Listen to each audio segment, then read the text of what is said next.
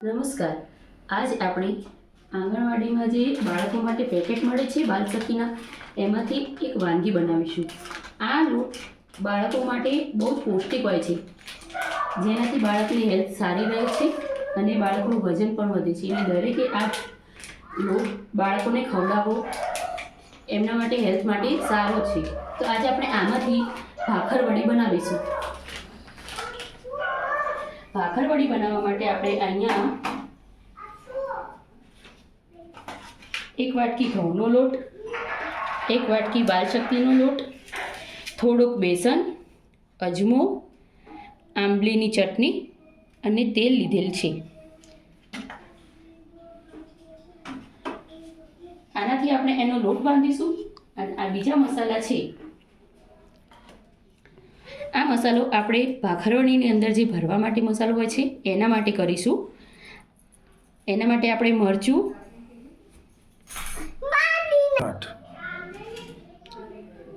1 ચમચી તલ, 2 ચમચી ટોપરાનું છીણ, 1 ચમચી ખાંડ, 1 ચમચી ધાણા જીરું, 1 ચમચી વરિયાળી, અડધી ચમચી જીરું, ગરમ મસાલો, સૂંઠ પાવડર, હળદર અને સ્વાદ પ્રમાણે મીઠું લીધેલ છે.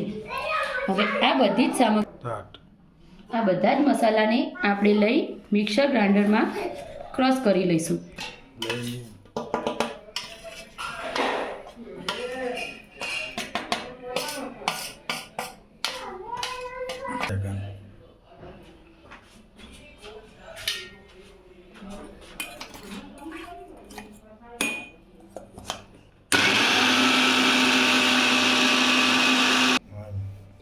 અહીં આપણે ઘઉંનો લોટ, ચણાનો લોટ અને બાલશક્તિનો લોટ ત્રણેય લોટ મિક્સ લઈ લીધા છે.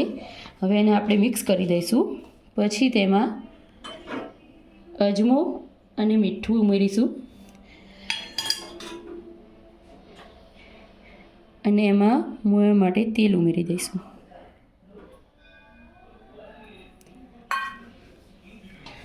આ બધું મટીરિયલ હળવા હાથે મિક્સ કરી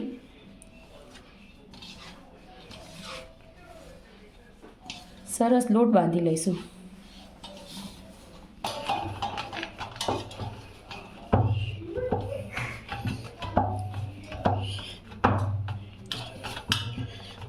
હવે આ લોટ તૈયાર થઈ ગયો છે.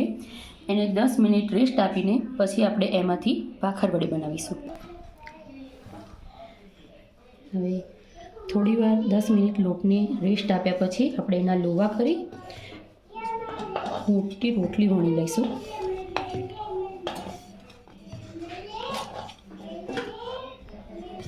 હવે આપણે પૂરીનો રોટલો તૈયાર કરી લીધો છે ભાખરવડી માટે. એને ચારે સાઈડથી થોડો કાપી લઈશું, એટલે આપણે થોડો શેપમાં આવે કિનારીઓ પરથી.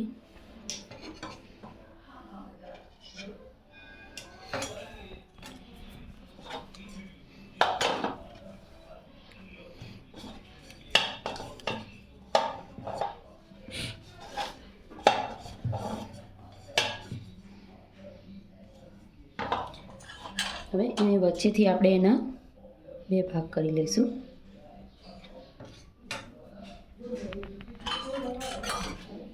પછી વચ્ચેના ભાગમાં આપણે જે મીઠી આંબલીની ચટણી લીધી હતી, આંબલી અને ગોળની ચટણી, એ લગાવી દઈશું.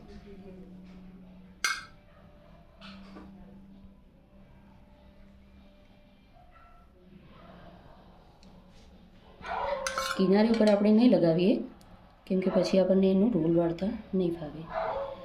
આ રીતે લગાડીને બંને સાઈડથી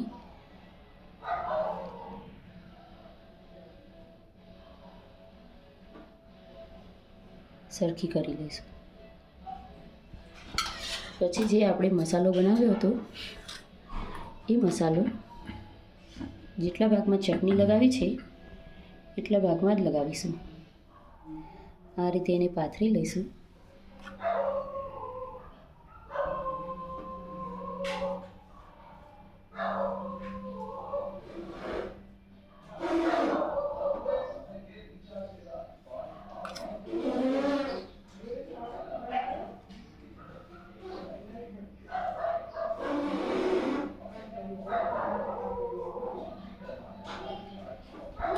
હવે આપણે જે કિનારીમાં છોડી હતી ત્યાં આપણે થોડુંક પાણી લગાવી દઈશું.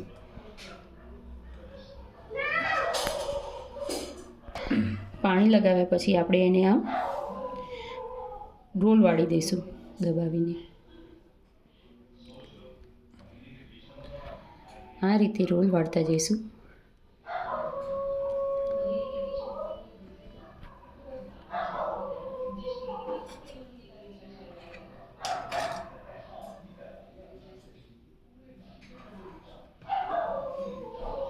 પછી થોડો એના હાથથી પ્રેસ કરીશું, થોડું દબાવીને આમ કરી લઈશું. પછી એની બે કિનારીઓથી થોડો દબાવી લઈશું. પછી એની બે કિનારીથી આપણે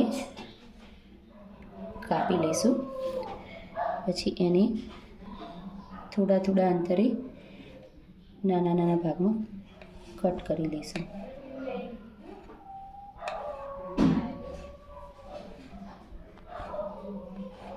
આ રીતે આપણે બધી જ ભાખરવડી તૈયાર કરી લઈશું. આ કટ તૈયાર કર્યા છે એને આમ થોડા હાથ વડે પ્રેસ કરી લઈશું. પ્રેસ કરીને મૂકી દઈશું એને. આપણે એને થોડા ચપટીમાં દબાવીને આ રીતે થાળીમાં ફેલાવીને મૂકી દઈશું.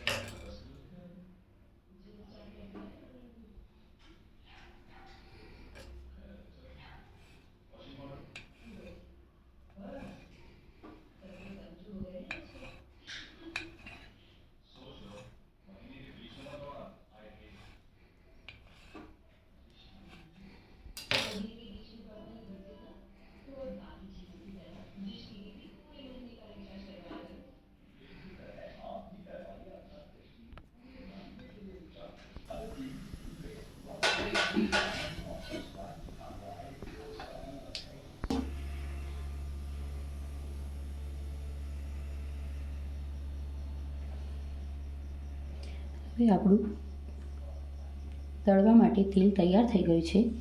તો આપણે એક કરીને ભાખરવડીને અંદર નાખતા જઈશું.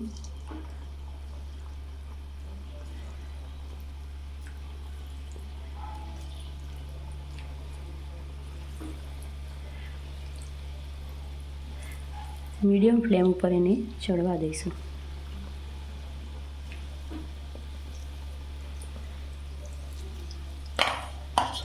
બધી એક સાથે નહીં નાખી દઈએ, થોડી નાખશું, જેથી આપણી ભાખરવડી સારી રીતે તળાઈ જાય.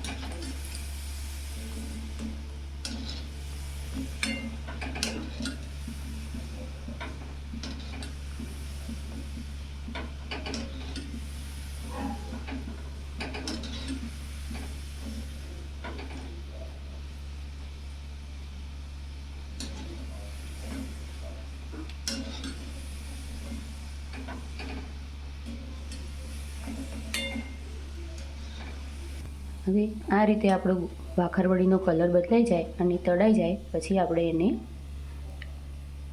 કાઢી લઈશું.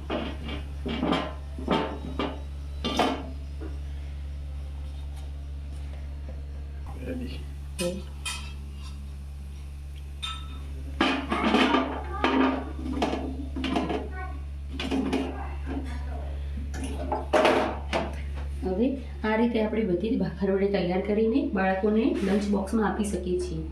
જે બાળકો બહારનો નાસ્તો વધારે ખાતા હોય એ લોકોને આપણે ઘરે બનાવીને આ રીતે નાસ્તો આપીએ તો એમને ભાવશે પણ ખરા અને લોકો હેલ્ધી ખોરાક પણ લેશે.